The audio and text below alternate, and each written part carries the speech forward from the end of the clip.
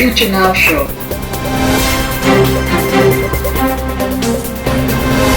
Brought to you by the Club of Amsterdam. Aloha, everyone at Future Now. I'm Dr. Elisabet Sahtouris in Honolulu, Hawaii, in the middle of the Pacific Ocean. I moved here 5 years ago from the island of Mallorca in Spain. So if you can find a polar projection of the Earth, where the North Pole is at the center of the globe, I have moved from one side of the globe to the other, right across the North Pole, which is interesting to me as a planet person, an evolution biologist who has been studying the trajectory of Earth and how it came to life over almost 4 billion years. And my real interest in being an evolution biologist, which I also think of as being a deep pastist, studying the past in order to be a good futurist, looking to see where humanity is now in our human evolution trajectory to a future. And of course, we all hope it will be a better future than what we are leaving behind. So I like very much the name of this podcast being Future Now, because now is all we ever have in our experience. It's always now, and that means we always have choices about how we do things, how we live. Of course, everybody knows by now that we have very, very serious problems in the world. And living here in Hawaii, steeped in the native traditions of Hawaii, I teach living economies in an MBA program at the university here, where I designed new programs with Native Hawaiians to talk about living economies, how nature does economics, how traditional peoples did economics, and how we humans can get through the current crises, how we can navigate our way through what's really a perfect storm of crises in economics, in health, in spirituality, in politics, just about everywhere we look in human life, we see that we have kind of hit a wall where we need to change things because they are not going very well. And so the Polynesian sailors long ago built canoes in which they could sail across the entire oceans.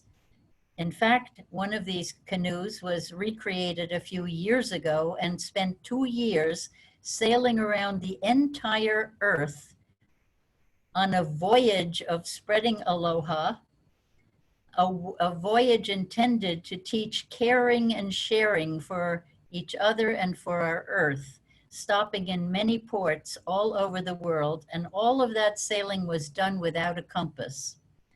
So I have studied how these ancient navigators learned to be able to sail oceans in a tiny little canoe through the worst storms you can imagine. And indeed, the Hokulea, the canoe that sailed around the Earth more recently, which actually was built and lives here in Honolulu, it did that without a compass. And so you have to really, really know the ways of nature to be able to perform feats like that. And that is my whole purpose in being an evolution biologist, was what can we learn from nature in the ancient Greek sense that science, which they called philos sophias, meaning love of wisdom or lover of wisdom, who seeks guidance for human affairs in the ways of nature. So when we look to the living systems of nature, I actually had to rethink a lot of what I was taught in universities about evolution biology, because for quite some time now, our Western world has been steeped in how capitalist economists read the Darwinian theory of evolution, which was all about individuals in stiff competition with each other. We were literally taught that it's human nature to compete with each other, and that the best way to run an economy is to let that competition be free of all restraint, to build a world that presumably will work for everyone. And what it did instead, of course, since we have a money system that was designed to concentrate wealth, and then basing our economic system on such a money system, indeed, that's exactly what it did. And I think a study in recent years showed that less than 100, the fewer than the richest people, 100 richest people in the world, I think it was 67 richest people in the world own more than half of the entire wealth of the whole planet Earth, all humans on Earth. So that is an extreme concentration of wealth. And people who did analyses of the rise and falls of civilizations told us quite some time ago that civilizations fail when there is too great a concentration of wealth, and when the society gets too rigid at times which call for flexibility, for looking at what works and changing it, or looking at what works and protecting it, looking at what does not work and changing it, being resilient like a tree, like a palm tree, especially in the tropics, that can withstand terrible storms because they are so very flexible. And even during great tsunamis in Asia, we found people who could find a palm tree to cling to, could move up and down as the tidal wave went higher and lower on a palm tree and save their lives with such a flexible tree. Well, the ancient Polynesians understood that concept of flexibility very well, and so they built their canoes never by nailing or screwing the pieces together or gluing them, but always lashing them together, making holes in the ends of the pieces and tying them together so that the entire canoe could ride on the waves. And so that flexibility is very important for us now. Now, climate change seemed to me to be the thing that was going to really wake people up to living better on the planet, because we know that we can't keep on burning all the fossil fuels, and we can't keep extracting from nature without giving back, and we can't keep polluting, that we have to go into economies that are more about caring and sharing than about making money. Now, as an evolution biologist, the two things I learned that were most central to my view of evolution are, one, the concept of holarchy, Holoarchy. Holarchy is a concept that means embeddedness, such that the holarchy of your body is about molecules that form cells, and cells that form organs, and organs that form organ systems, each embedded within the larger organization up to your body. And then there's a holarchy you continue with. A human individual is embedded within a family, is embedded within a community, within an ecosystem, within a landmass, within a planet, and so forth. You can go all the way up to the universe, through the solar system, galaxies, and so on.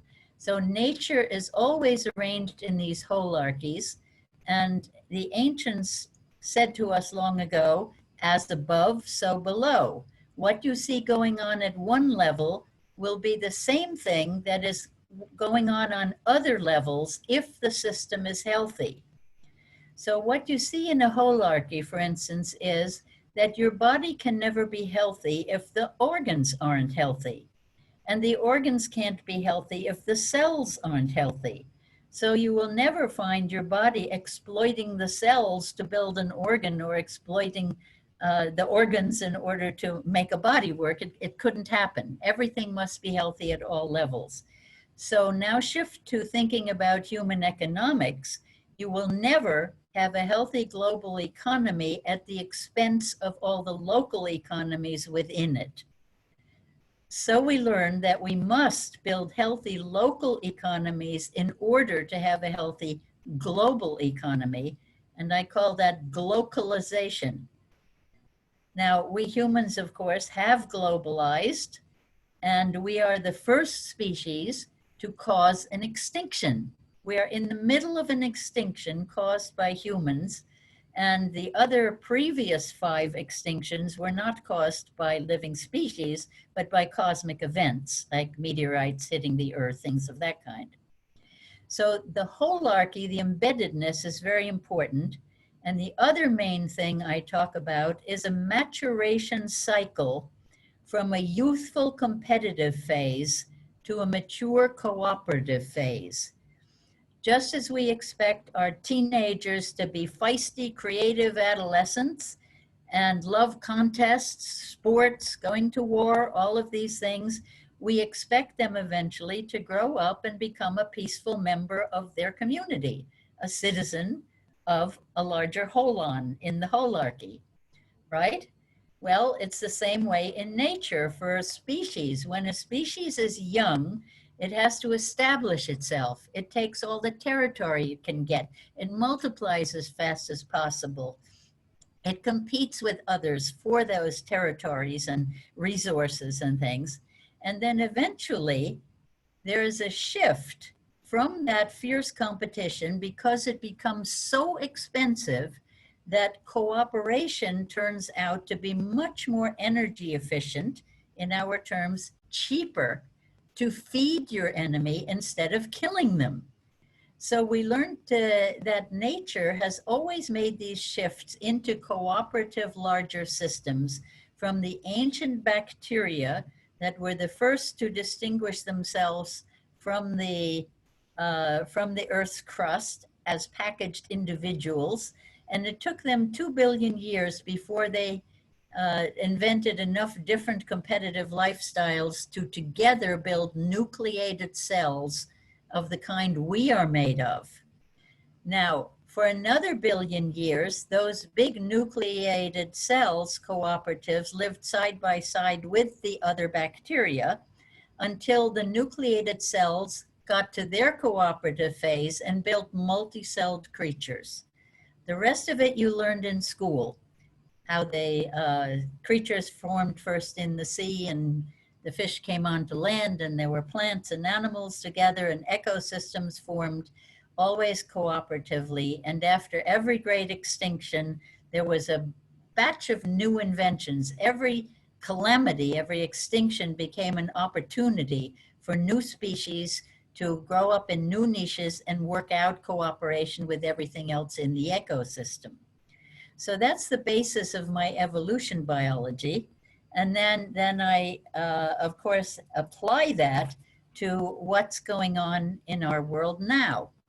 And as I said, we all recognize that climate change is real. We were due for another ice age. The ice ages have come and gone for the past millions of years in waves of ice-free, where the ice is almost all melted except for a little polar ice, to where it can be almost a snowball Earth. And Earth has had complete snowball phases long before even ice ages happened. And it has been completely ice-free. All of these things are in the repertoire of a planet that self-organizes itself as a living entity, something I learned from James Lovelock and Lynn Margulis with the Gaia hypothesis, that saw the whole Earth as a self-creating living entity. So the climate change that's happening now, when we were due for an ice age, instead we shifted the balance in the atmosphere and put so much carbon burning from fossil fuels into the atmosphere that we have heated it up. We have literally given the Earth a fever so that we are driving it into a hot age. Now, she's done hot ages before. They're about as much hotter than what we call normal as an ice age is colder than what we call normal. We have survived a dozen ice ages, but that was all before we built large infrastructures like the city you see behind me. And but we've never had a hot age to cope with. And we are hoping that it won't get out of bounds hot, that we will be able to control it enough to be able to survive as humans as best we can. And people have not been responding fast enough for all the wonderful things that have been done in greater investments in green energy and in trying to prevent further pollution in various ways, and to try to clean up our oceans, which is a massive, massive job. It's all been rather slow, and the ice age coming on very rapidly. Here in the Pacific, in Hawaii, we already get refugees from islands that are going underwater. And so it's perhaps more real to us here as we lose our beaches. We have enough high ground, but we import 98% of our food instead of growing it here. So we have a lot of work to do here to become more self-sufficient. Now along comes a virus suddenly that changes everything overnight that we were told could never happen. We were told there's no way to make severe cutbacks in fossil fuel use. There's no way to find enough money to fund a green economy. There's no way to, to do any of this.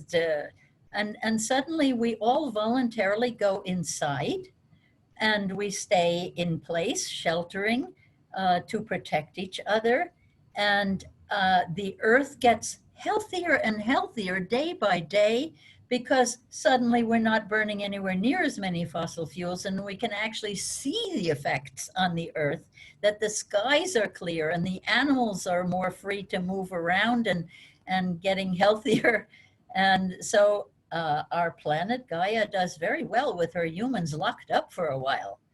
And while we're locked up, we have the opportunity to think very, very carefully now that we know that there is enough money, that when governments decide they need money for something, they print it. There's no more gold backing. The central banks simply print up the new money and invest it, even if they have to pay workers. They're not doing very well at that. But we are in another Great Depression because of the lockdown. You have to have incredible compassion these days, not just from people dying of disease, but of people dying because they are impoverished to the point where they cannot any longer feed themselves and their families in many parts of the world. And at the same time, we see people doing exactly what was done in my childhood at the end of the last Great Depression, which started in 1929, as I think everyone knows, where the grown-ups were all taking care of each other when I was a child. They were growing food and feeding each other. Shopping was getting in my father's truck and going from farm to farm, giving away my mother's vegetables and going to the farm that had the fruits and cider and honey, and then the farm that had the chicken and eggs, and the farm that kept a cow from just for our family to get milk from.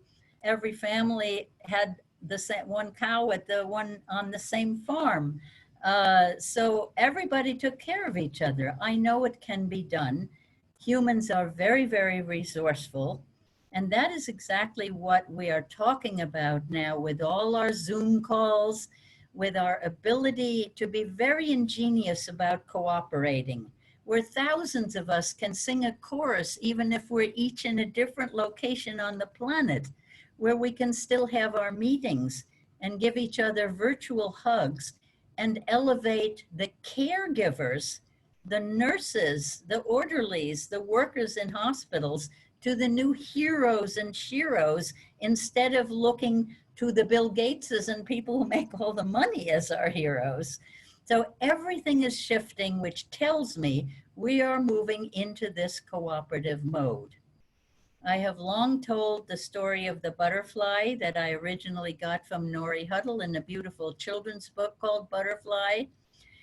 where you understand that the caterpillar eats 300 times its own weight every day as it crunches through the ecosystem, destroying whole plants by gobbling up their leaves, and eventually gets so bloated and over fatted that he hangs himself up and his skin hardens into a chrysalis, and inside the body of the caterpillar, imaginal cells that had been hiding in the folds of its skin all its life from an ancient evolutionary mixing and matching of genomes. The imaginal cells come out and they feed on the butterfly that's turning into goo and build a butterfly within the chrysalis. What better metaphor for a chrysalis than a shutdown where we are all locked up inside a chrysalis? And this is our opportunity for talking about what we want to keep when we come out, that we don't want to reboot to the same economy we came out of, to the same program. We need to reset. You know, the concept of resetting your computer to factory setting, back to you when you were born, new human, new ideas, new concepts.